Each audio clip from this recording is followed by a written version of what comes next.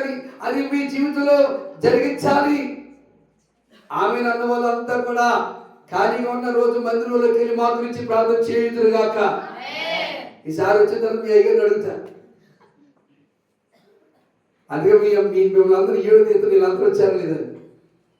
కాబట్టి దేవుని ప్రజలారా, యెహోవా సహాయమును వేడుకొనుటకై యోధా ప్రజలు కూడుకున్నట్లుగా ఈ రాత్రి దేవుని సహాయాన్ని వేడుకోవటానికి కుటుంబానికి మేలు చేయి ప్రభువా. ఏ లోటు ఉందో, ఏ కొరత ఉందో, ఏ సమస్య ఉందో, ఏ బాధ ఉందో, ఎవరిలో ఏ తెగులు ఉందో, ఎవరిలో ఏ భక్తిహీనత ఉందో తొలగించేయ్యా. భక్తిహీనత మనల్ని బాధలకు గురి చేస్తుంది.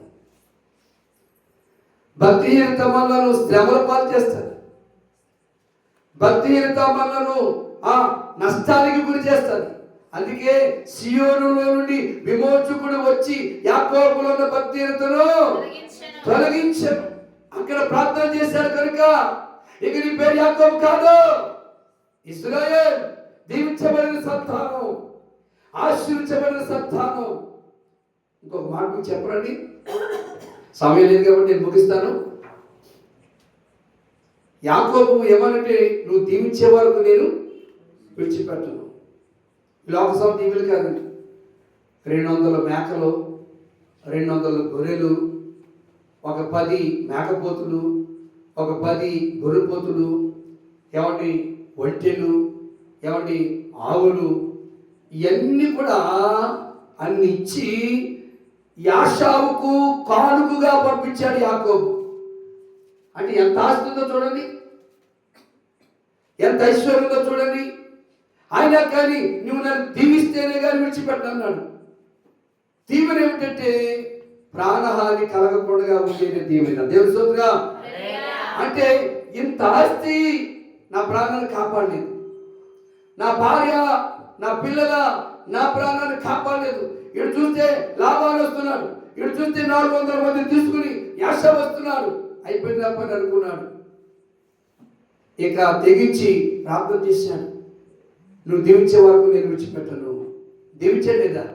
దీవించాడు కనుకనే లాభాలతో మాట్లాడి, లాభాలు వస్తుంటే దారిలోనే దేవుడు మాట్లాడు, ఇదిగో యాకోబు దగ్గరికి వెళ్తున్నావు, అతను ఏమీ చెయ్యకు. దేవుడు మాట్లాడాడు. ప్రార్థన లాభంతో మాట్లాడించింది. ఇక్కడ ఈ ప్రార్థన యాషావు మనసు మార్చి ఎవరిని స్నేహభావాలకి నా తమ్ముడు వస్తున్నాడు అనే భావంతో వచ్చి సహకరించి ఇటు ఈ నిలిపోయాడు, ఆయన నిలిపోయాడు. ఈ ప్రమాదం తప్పిందే లేదా? భక్తి దేవుడు తొలగించడం లేదా? కాబట్టి ఇలాంటి ప్రాంతాలను ఏర్పాటు చేసుకొని మీ గృహాలలో ఏర్పాటు చేసుకోనండి. దైవ సేవకు యొక్క సలహా తీసుకోనండి.